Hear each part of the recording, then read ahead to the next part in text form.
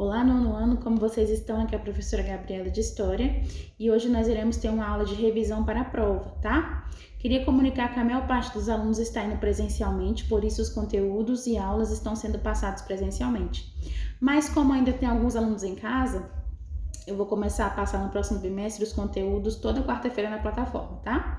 Porém, esse conteúdo que eu vou passar hoje, você consegue fazer com facilidade a prova. Esse conteúdo de hoje é o resumo dos conteúdos que nós tivemos aí nas últimas 3 semanas, tá? Porque nós sabemos que o intervalo entre o teste e a prova foi de apenas um mês, né? Então, os conteúdos que nós tivemos aí nas últimas 3 semanas é o conteúdo que eu vou passar para vocês hoje. Vocês sabem que História só tem aula uma vez por semana, que é na quarta-feira, né? Então, toda quarta-feira, aqueles alunos que estão online vão receber uma aula minha do dia na plataforma para que possam assistir.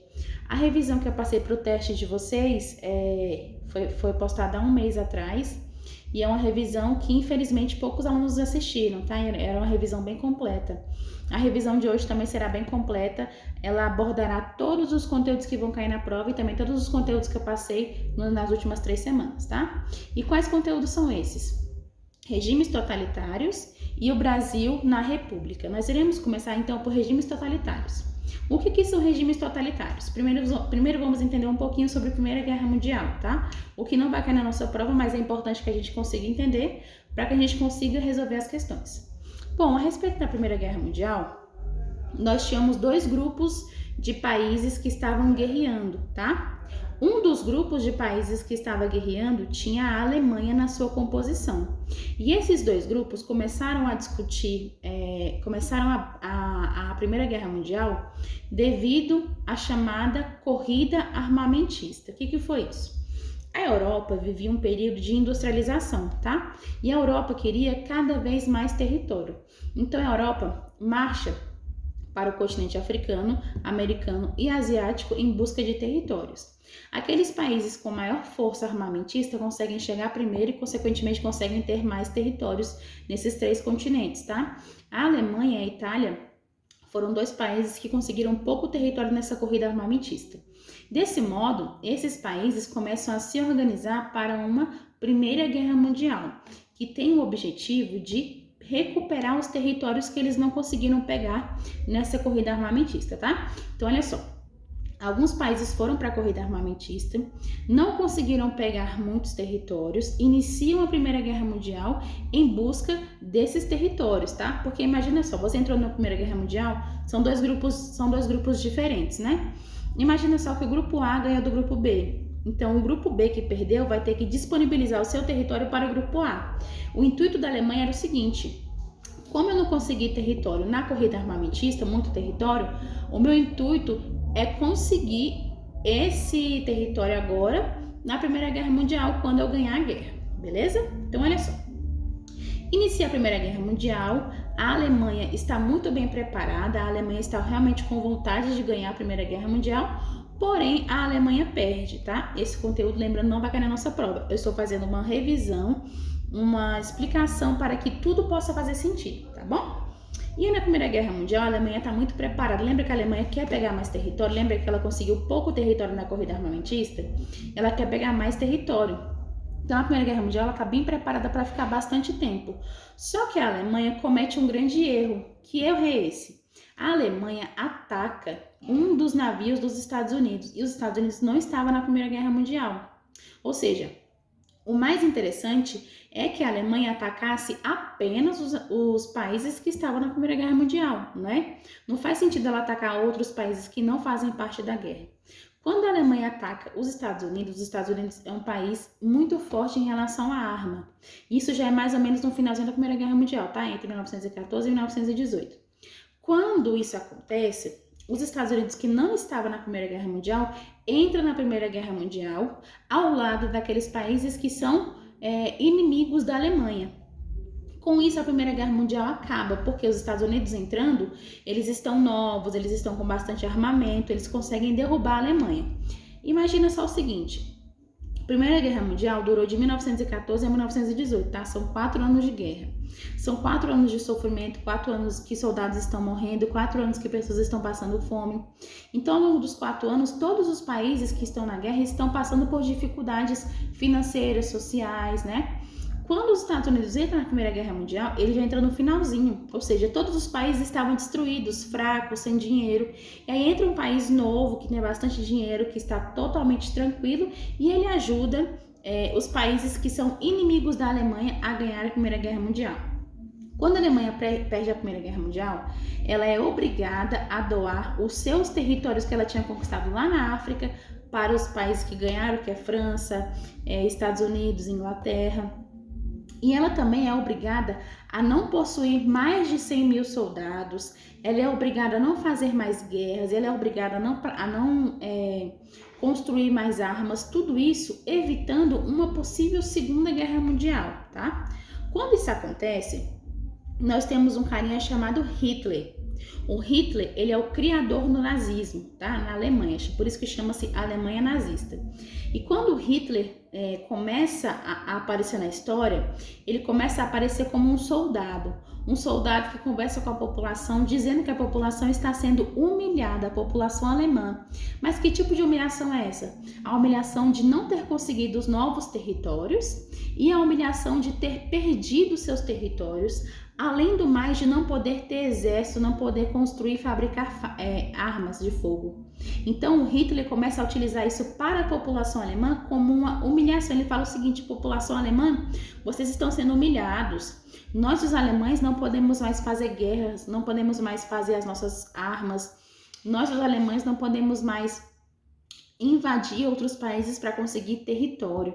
Então, Hitler começa a utilizar esse discurso para a população alemã como um discurso de humilhação, para que a população alemã possa ficar cada vez mais confiante naquilo que ele fala e para que a população alemã possa ficar cada vez mais entretida e também autorizar as coisas que ele vai fazer no futuro, tá?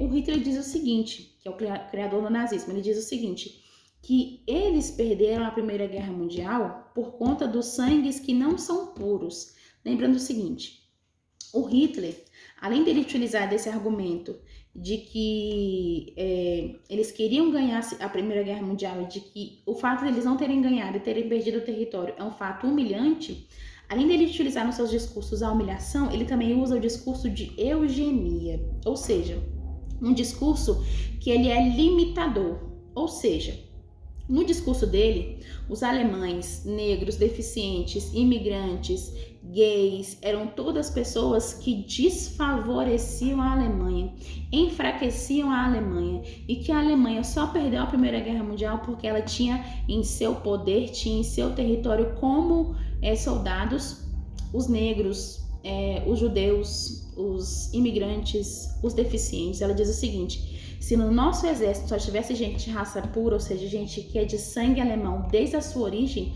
nós com certeza teríamos ganhado. Hitler dizia que a população alemã ariana, ou seja, a população alemã que tem o sangue puro, é a população superior, é a superioridade das raças. Então ele dizia o seguinte: se nós tivéssemos com um exército formado apenas por alemães de sangue puro, nós teríamos ganhado a guerra, tá? Então ele utiliza desse argumento, mas ele não percebe que o fato real deles terem perdido a Primeira Guerra Mundial é porque a Alemanha ela atacou o navio dos Estados Unidos que não estava na guerra. Com isso ele entra na guerra, ele está totalmente descansado com armas novas, ele acaba finalizando a guerra, acaba tornando a Alemanha uma derrotada, tá? Então imagina só o seguinte: existe esse fato da Alemanha ter atacado o navio estadunidense, né? Porém, para o Hitler, ele diz para a população que eles só perderam a Primeira Guerra Mundial porque no seu exército tinha pessoas de sangues impuros, como judeus, negros, deficientes, e que se no exército dele só tivesse alemães arianos, alemães do sangue puro, eles teriam ganhado porque eles são superiores, tá? E, gente, o nazismo, então, foi um movimento muito complicado, é um movimento totalitário. O que é um regime totalitário? É um regime que só tem uma pessoa que manda. Totalitário, tá? Nesse regime totalitário, o Hitler ele não aceitava críticas. Nesse regime totalitário, ele perseguiu milhares de pessoas, matou milhares de pessoas, ou seja, é um regime que é centralizado e totalitário na figura do Hitler. É ele quem vai tomar os pulsos da Alemanha, é ele que vai mostrar para a população aquilo que a população quer escutar após o fim de uma guerra, ou seja, ele vai dizer para a população, eu entendo que vocês estão passando, mas nós estamos passando isso por conta dos judeus, negros, asiáticos, deficientes, etc. Tá? Foram eles que não nos ajudaram a ganhar a guerra. Então, regime totalitário, nós temos um personagem que ele tem o poder total, e esse poder ele manda em tudo. Tá? Regime totalitário nós teremos dois, nazismo e fascismo. O nazismo eu acabei de falar, que é do Hitler, e o fascismo lá na Itália, do Mussolini. E o fascismo, ele é igualzinho o nazismo. O que muda é que o fascismo com F, ele é da Itália, e o nazismo com N de navio, ele é da Alemanha. O nazismo, ele é da Alemanha, feito pelo Hitler. O fascismo é feito na Itália pelo Benedito Mussolini, tá? Então, olha só, gente, é importante que a gente tenha em mente que tudo isso é uma carta dos outros países para que a Alemanha não faça uma Segunda Guerra Mundial. Tanto que ela assina um tratado dizendo que não vai realizar uma Segunda Guerra Mundial, porém é mentira, porque a Alemanha vai sim fazer uma Segunda Guerra Mundial e isso é conteúdo para as próximas aulas, tá? Então, agora continuando, a respeito do totalitarismo e do fascismo e nazismo tá tudo certinho. Vamos agora continuar e partir para o início da República aqui no Brasil. Bem, gente, como vocês já sabem, o Brasil ele passou de monarquia, depois para República. O Brasil passou de monarquia, império e depois república, tá? A república é por último, a república acontece até hoje. Primeiro, monarquia. A família real veio para o Brasil fugida do Napoleão Bonaparte. E chegando aqui no Brasil, o Brasil tinha muita cana-de-açúcar, muito ouro, dava muito dinheiro, porque na época o açúcar era uma especiaria caríssima, dava muito dinheiro. Então a família real começou a investir aqui no Brasil em relação a essa questão do açúcar, tá? E também essa questão do ouro. Então a família real vem para o Brasil e se instala aqui no Brasil. Então se instala aqui no Brasil uma monarquia. Depois da monarquia fica o filho do rei, que era o Dom Pedro, agora ficou o Dom Pedro II, que é um cara que vai se tornar um imperador aqui do Brasil. Então forma o Brasil um império. E nesse império, o Dom Pedro II, ele tem apoio e ajuda de outras pessoas para poder governar, diferentemente do Dom Pedro I, que governava sozinho, tá? E aí, olha só, quando a gente tem essa questão do império aqui no Brasil, nós temos um imperador. E, obviamente, esse imperador, ele não vai trabalhar, tá? Ele vai viver à base dos impostos das pessoas. E não somente o imperador. Além do imperador, o clero, que é a igreja, também não vai trabalhar, porque eles dependem 100% dos trabalhadores, tá? Nós temos, então, nesse período da República, um Brasil que é muito desigual. Um Brasil que você tem muitas fazendas, muitas pessoas que trabalham no regime de escravidão, os brancos e os portugueses estão lucrando muito nesse período, tá? E aí, então, nós temos lá na Europa, lá na Inglaterra, um local que está cheio de fábricas e indústrias. E eles querem trazer essas fábricas e indústrias aqui para o Brasil. Por quê? Se eu levo fábricas e indústrias para o Brasil, um local que tem muita população, pode ser que venda muito. Mas tem um detalhe, a maior parte da população nessa época é uma população de negro escravizado. Eles não possuem dinheiro, eles trocam trabalho pela sobrevivência, tá?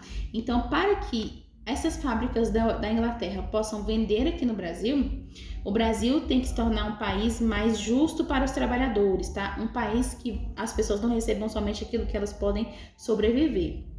Então, começa a rolar uma pressão muito intensa no Brasil, feita pela Inglaterra para que o Brasil acabasse com a escravidão, tá? Por quê? Se o Brasil acaba com a escravidão, o Brasil, obviamente, vai ter mais pessoas com dinheiro para comprar esses objetos que vêm da Inglaterra, tá? Só que não é bem assim, tá, gente? O brasileiro, ele é muito esperto, o brasileiro tenta levar no jeitinho, né? O que o brasileiro fez